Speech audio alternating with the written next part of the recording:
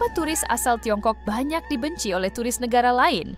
Dalam beberapa tahun terakhir, jumlah turis asal Tiongkok yang bepergian ke luar negeri telah meningkat secara signifikan. Dengan populasi terbesar di dunia dan pertumbuhan ekonomi yang pesat, Tiongkok menjadi salah satu negara dengan jumlah wisatawan internasional terbanyak. Namun seiring dengan meningkatnya jumlah turis Tiongkok, muncul juga sejumlah keluhan dan persepsi negatif dari turis negara lain terhadap mereka. Mengapa turis asal Tiongkok banyak dibenci oleh turis negara lain? Berikut adalah beberapa alasan yang sering diungkapkan.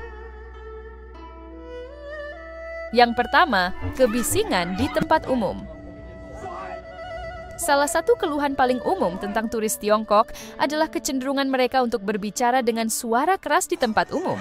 Kebiasaan ini bisa mengganggu ketenangan dan kenyamanan wisatawan lain, terutama di lokasi seperti restoran, hotel, dan tempat wisata yang biasanya diharapkan tenang. Dalam budaya Tiongkok, berbicara dengan suara keras mungkin tidak dianggap masalah besar, tetapi di banyak negara lain, hal ini dianggap tidak sopan dan mengganggu.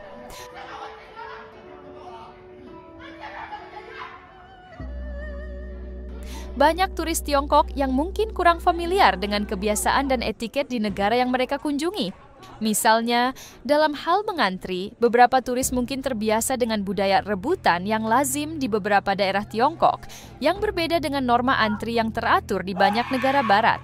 Selain itu, tindakan seperti merokok di area terlarang atau meludah di tempat umum bisa memicu ketidaknyamanan dan kebencian dari penduduk lokal dan turis lainnya.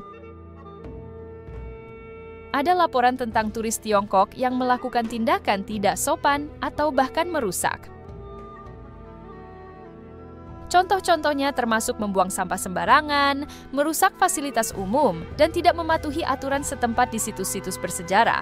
Misalnya, ada insiden terkenal di mana seorang turis muda Tiongkok menulis namanya di dinding sebuah kuil Mesir kuno yang memicu kecaman internasional. Turis Tiongkok kadang-kadang dianggap kurang peduli terhadap lingkungan. Beberapa laporan mencatat perilaku seperti memetik bunga, menginjak rumput yang dilindungi, atau meninggalkan sampah di taman nasional dan situs-situs alam lainnya. Ketidakpedulian semacam ini tidak hanya merusak keindahan alam, tetapi juga menimbulkan beban tambahan bagi petugas kebersihan dan konservasi. Perbedaan bahasa dan budaya seringkali menjadi sumber kesalahpahaman dan frustrasi. Banyak turis Tiongkok yang tidak fasih berbahasa Inggris atau bahasa lokal, negara yang mereka kunjungi, sehingga komunikasi menjadi sulit. Hal ini bisa menyebabkan situasi di mana turis Tiongkok tampak tidak sopan atau tidak peduli. Padahal, sebenarnya mereka hanya kesulitan berkomunikasi.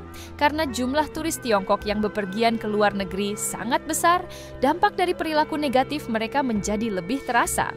Bahkan jika hanya sebagian kecil dari mereka yang berperilaku kurang sopan, jumlah insiden ini bisa menjadi signifikan dan menciptakan kesan negatif yang luas.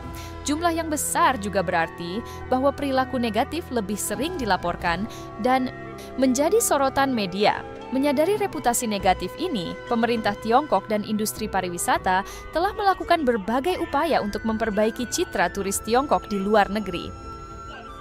Program pendidikan dan kampanye kesadaran wisata telah diluncurkan untuk mengedukasi turis tentang pentingnya perilaku yang sopan dan menghormati budaya lokal.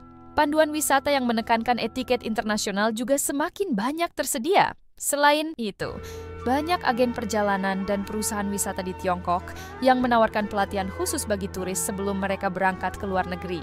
Pelatihan ini mencakup informasi tentang budaya dan etiket di negara tujuan, serta saran praktis untuk berperilaku dengan cara yang lebih sopan dan menghormati. Meskipun ada sejumlah alasan mengapa turis asal Tiongkok sering kali dibenci oleh turis negara lain, penting untuk diingat bahwa tidak semua turis Tiongkok berperilaku negatif. Banyak dari mereka yang bepergian dengan sopan dan menghormati budaya lokal. Stereotip negatif ini seringkali didasarkan pada tindakan segelintir individu dan tidak mencerminkan perilaku mayoritas. Dengan pendidikan yang lebih baik dan upaya bersama untuk meningkatkan kesadaran, diharapkan bahwa persepsi negatif ini bisa berubah di masa depan.